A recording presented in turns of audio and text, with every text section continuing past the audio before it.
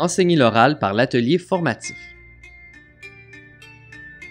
Contrairement à certaines idées reçues, il est possible d'apprendre à communiquer oralement et il est possible de s'améliorer.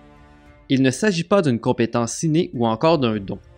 Comme pour un sport, c'est la pratique et l'analyse des forces et des faiblesses qui permettent de s'améliorer et de toujours progresser à l'oral. Les étudiants ont donc besoin d'apprendre à utiliser les différents objets de l'oral, par exemple le regard, l'intonation et le débit, pour développer cette compétence. Comment peut-on alors enseigner ces différents objets de l'oral? Le modèle didactique de l'atelier formatif en 6 étapes permet d'y arriver efficacement. Qu'est-ce qu'un atelier formatif? Il s'agit d'une situation d'enseignement-apprentissage en 6 étapes, pouvant varier de quelques minutes à plusieurs périodes de l'horaire scolaire selon le contenu enseigné et le rythme des étudiants. Un seul objet de l'oral est enseigné à la fois. Le modèle didactique de l'atelier formatif repose sur une démarche déductive, laquelle place l'enseignant au premier plan. En effet, celui-ci assure l'enseignement tout en laissant la possibilité aux étudiants d'intervenir et il s'assure que les étudiants mettent en application l'enseignement reçu. Voici les 6 étapes du modèle de l'atelier formatif et les explications de chacune d'elles. Étape 1. L'élément déclencheur. Au départ, il est important de présenter l'objet de l'oral à travailler à partir d'un élément déclencheur, sans que soit nommé l'objet. Ce peut être, par exemple, par la présentation d'un enregistrement audio ou vidéo dans lequel on retrouve l'objet à travailler, ou encore par un modelage de l'objet effectué par les étudiants ou l'enseignant. La présentation mettra tout d'abord en valeur une mauvaise utilisation de l'objet de l'oral, c'est-à-dire un contre-exemple, afin de susciter une réaction chez les étudiants et de créer un intérêt. Un bon exemple sera présenté par la suite. Étape 2. L'état des connaissances. L'état des connaissances consiste à demander aux étudiants les points faibles et les points forts de l'élément déclencheur, c'est-à-dire ce qui a été observé dans le contre-exemple et l'exemple. Il faut également amener les étudiants à identifier et à nommer l'objet de l'oral, tout en leur demandant ce qu'ils connaissent de ce dernier. Cela permet de connaître les connaissances antérieures des étudiants et de faire le point sur leur représentation quant à l'objet travaillé. S'il a été possible de filmer l'élément déclencheur, il peut être souhaitable de le visionner.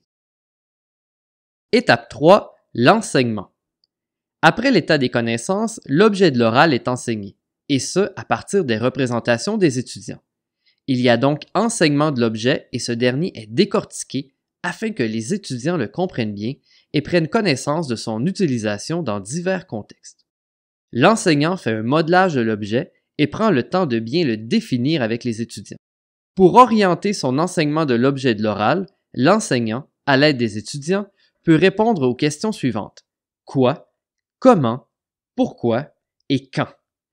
Ils répondent à la question quoi afin de définir l'objet. La question comment permet de savoir comment mettre en pratique l'objet de l'oral. Pourquoi permet de connaître les raisons de l'apprentissage de cet objet de l'oral, son utilité. Cela dans le but de comprendre son importance et sa pertinence. Finalement, la question quand permet de savoir à quel moment il est possible de mettre en pratique cet objet de l'oral. Les réponses à ces questions peuvent être écrites dans les mots des étudiants dans un document appelé référentiel qui sera conservé par les étudiants ou affiché dans la classe. Étape 4. La mise en pratique. Pour favoriser l'apprentissage, il y a mise en pratique de l'objet par les étudiants. Ces derniers réinvestissent les apprentissages dans des activités en petits groupes ou avec tout le groupe. Il est important de spécifier que ce ne sont pas tous les étudiants qui ont besoin de participer à la mise en pratique. Les étudiants apprennent de plusieurs façons, dans l'action, par imitation et par observation. Il y aura autant de mise en pratique que nécessaire. Cela dépend des besoins des étudiants. Plus un objet est complexe, plus il risque d'y avoir de mise en pratique. Étape 5. Le retour en grand groupe. Un retour en grand groupe est effectué à la suite de chacune des mises en pratique ainsi qu'une synthèse pour assurer la compréhension de l'objet de l'oral travaillé. Une équipe ou quelques étudiants refont la mise en pratique devant le groupe, à titre d'exemple, pour s'assurer de la compréhension de l'objet de l'oral. Étape 6. L'activité métacognitive. Finalement, afin de permettre aux étudiants de bien consolider les apprentissages, une ou plusieurs activités métacognitives leur sont proposées. Par exemple, ce peut être le fait de répondre à des questions dans un journal de bord. L'enseignant peut aussi créer avec les étudiants une carte conceptuelle qui reprend l'ensemble des apprentissages. Cela permet aux étudiants de réfléchir à leurs apprentissages, de garder des traces écrites de ces derniers et de mettre par écrit leurs réflexions. L'atelier formatif peut être utilisé pour enseigner tous les objets de l'oral, que ce soit la reformulation, les registres de langue, l'articulation ou la posture. Il doit cependant s'adapter au rythme, aux besoins et aux capacités des étudiants. De plus, un seul objet de l'oral doit être enseigné à la fois lorsque le modèle de l'atelier formatif est utilisé pour s'assurer de son efficacité.